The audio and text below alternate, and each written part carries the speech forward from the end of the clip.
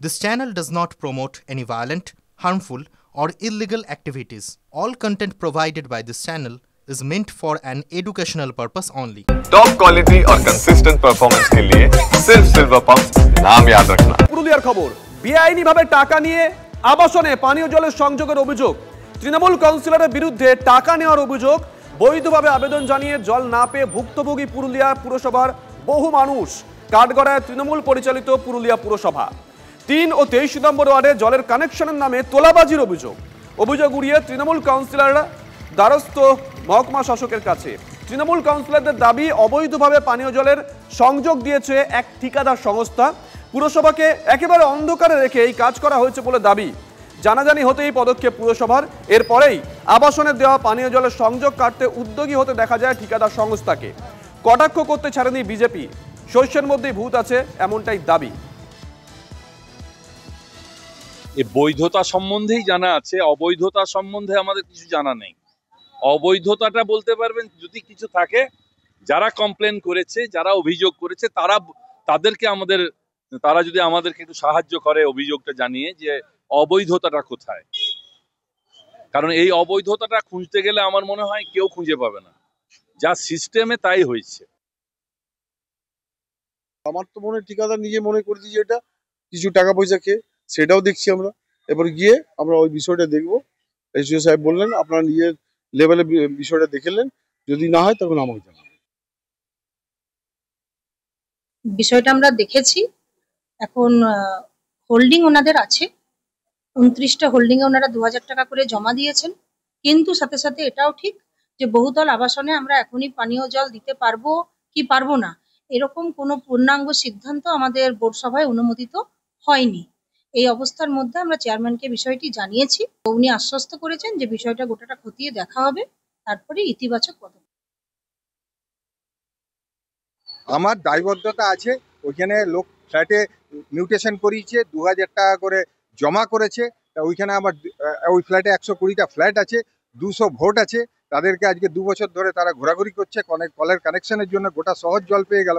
আর তাহলে পৌরসভার থেকে বলুক যে আমরা ফ্ল্যাটকে জল দেবো না, তাহলে ঠিক আছে, তাহলে আমিও সেইভাবে বলতে পারবো যে পৌরসভা বলে দিল যারা অভিযোগ করছে তারা দায়বদ্ধতা নিবে যে ফ্ল্যাটে জল দেবো না আমরা।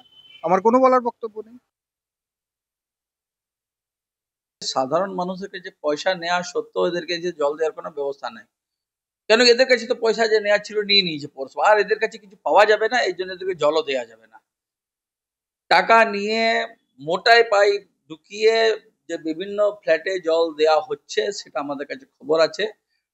ওদেরকে যে মোটা টাকার বিনিময়ে ওই ফ্ল্যাটগুলোয় জল পৌঁছানো হচ্ছে, অথচ সাধারণ মানুষ যারা পয়সা দিয়ে বসে আছে তারা বঞ্চিত হচ্ছে। ফের কলকাতায় আগ্নেয়াস্ত্র সহ দুষ্কৃতী গ্রেপ্তার। ধৃত শাহনওয়াজের থেকে বন্দুক, গুলি, ছুরি উদ্ধার করেছে পুলিশ।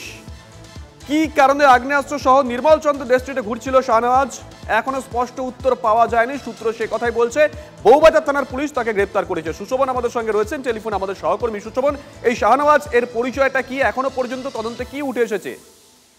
দেখো, পুলিশ সূত্রে খবর যে কড়েয়া পাঁচটাকাপ এই অঞ্চলের কুখ্যাত দুষ্কৃতী হিসেবে পরিচিত এই শাহনওয়াজ এলাই শ্রমিক।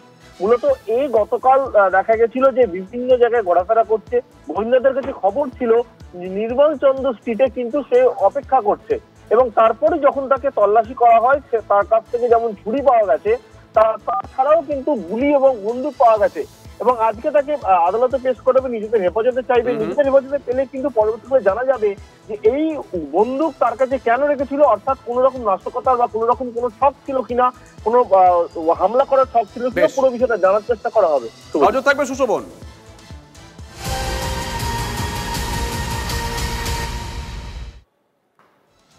এদিকে 26-এর ভোট যুদ্ধের আগে কি ঘর গোছাচ্ছে বিজেপি? যাবতীয় মতবিরোধ ছড়িয়ে রাজ্য বিজেপি থেকে ঐক্যের সুর। রাজ্য রাজনীতিতে তুঙ্গে চর্চা। গতকাল একটা ছবি দেখেছিলাম, আজকে একটা ছবি আমরা দেখাচ্ছি এই মুহূর্তে এক্সক্লুসিভ টিভি9 বাংলার পর্দায়। এই দুটো ছবি বোধহয় এই প্রশ্ন তুলতে শুরু করে দিয়েছে, তাই তো প্রদীপ্ত?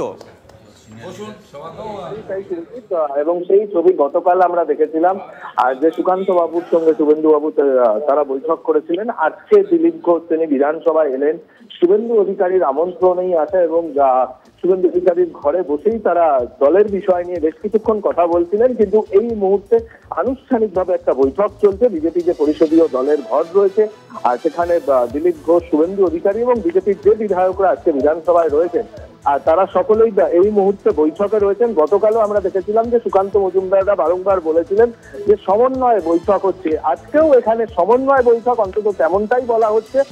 এবং দিলীপ ঘোষ আসার পরেই গত কয়েকদিন ধরেই বাজেট অধিবেশনের যে দ্বিতীয় পর্ব, সেই সময় বিজেপি বিধায়কদের কি কি ভূমিকা ছিল এবং স্পিকারের ভূমিকা কি ছিল, রাজ্যের শাসক দলের কি ভূমিকা ছিল, এই সমস্ত বিষয় নিয়ে কিন্তু শুভেন্দু অধিকারী দিলীপ ঘোষকে জানিয়েছেন। এবং এরপরই দেখা যায় যে শুভেন্দু অধিকারী নির্দেশ দেন শঙ্কর ঘোষদের যে বৈঠকের পরিবেশ তৈরি করতে, এবং এই মুহূর্তে সেই বৈঠক বিজেপি পরিষদীয় দলের ঘরে চলছে, যেখানে দিলীপ ঘোষ, শুভেন্দু অধিকারী সহ বিজেপির অন্যান্য বিধায়করা উপস্থিত রয়েছে।